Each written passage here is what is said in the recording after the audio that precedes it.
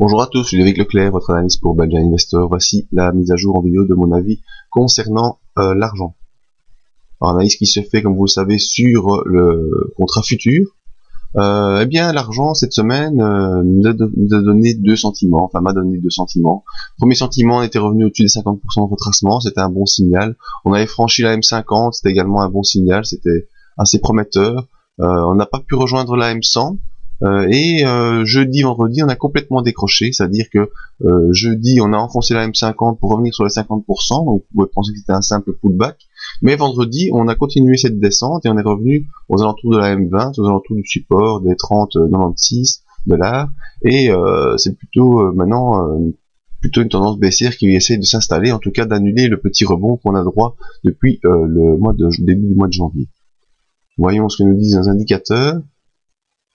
Le MACD, forcément, suite à cette accélération baissière, faiblit, reste toujours au-dessus de son signal qui est toujours haussier, mais affaiblissement du MACD à surveiller pour un potentiel croisement.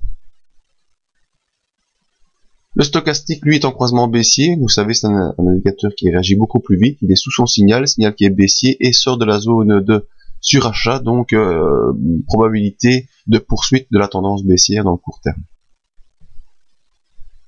Important également le RSI, ça c'est un mauvais signe, très mauvais signe pour moi. Le RSI qui était dans son couloir haussier, bien délimité, bien borné, sort complètement de ce couloir, accélère de manière baissière et devrait probablement poursuivre la tendance baissière sur le RSI, donc ça donnerait plus de crédit au scénario de poursuite baissière sur l'argent.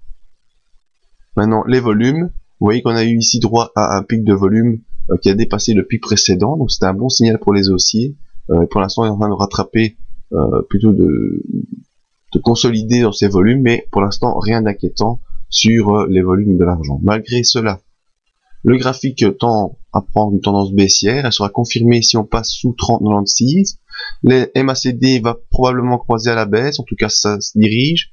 Le stochastique et le RSI sont déjà en phase baissière, donc il faudra s'attendre à la zone ici 30,96 pour voir si l'argent peut rebondir, et si ce n'est pas le cas, on risque de poursuivre la tendance et revenir sur les bas du grand couloir haussier que vous devez peut-être voir ici, voilà.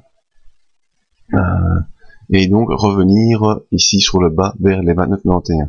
Tout ça serait quand même très mauvais parce que en termes plus moyen terme, on a ici un point haut qui est moins haut, un autre point haut qui est encore moins haut et un autre point haut qui est encore moins haut. Donc ça fait toujours des plus hauts de moins en moins hauts, ça c'est très mauvais pour le moyen terme. Par contre on a des points bas, vous voyez, point bas ici, point bas là, point bas de plus en plus bas, ça c'est également mauvais. Et si on enfonce cette M20, il faudra probablement envisager un scénario baissier moyen terme plus important. Mais nous verrons ça dans une autre vidéo. En attendant, rendez-vous sur le site pour d'autres analyses, le briefing tous les matins pour la mise à jour de cette analyse, le petit adresse mail pour me joindre et la page Facebook pour les mises à jour. Merci et à la semaine prochaine pour une nouvelle vidéo.